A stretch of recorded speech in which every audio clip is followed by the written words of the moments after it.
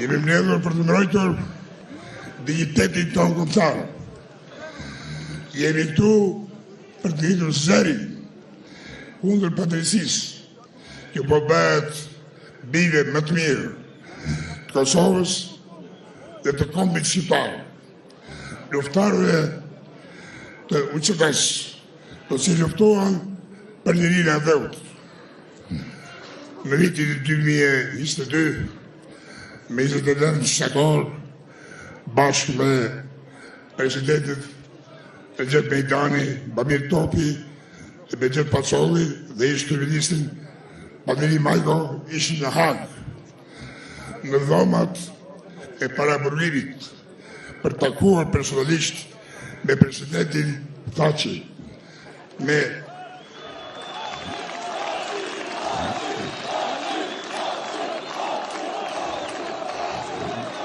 Jakub Krasniqi, Kadim Eceli dhe Recep Selimin. Bisedë me këta burra kuptova dhe pash se ata trima nuk ishin friksuar, por burrat fort që ndronin të qetë, të gatshëm për të sakrifikuar, për të pasuar luftën e UÇK-s, si dhe gjithë popullit kosovar.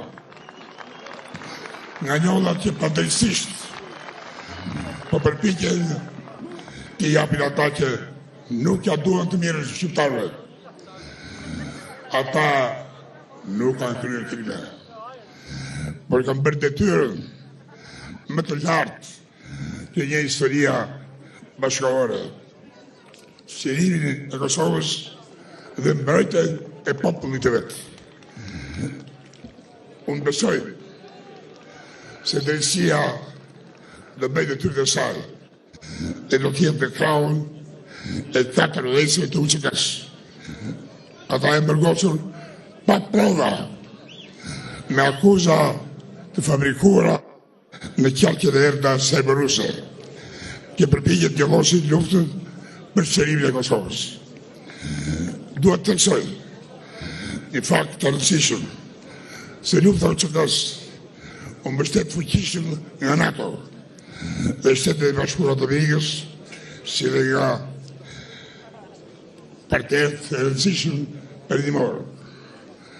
Në këtë kuadër, dëshmitarët zyrtar amerikanë që po dëmtojnë dhe që po dëshmojnë në gjykat, po sjellin prova dhe fakte që vërtetojnë katërcëpërisht pafajësinë e udhëheqësit të UÇK-s. Këto janë dëshmi të qarta se ata nuk ishin kriminalë, por komandantë e udhëheqës të ushtrisë qeveritare të ligjshme për mbrojtjen e popullit tyre, pavarësisht trojave shqiptare dhe idealeve të risë.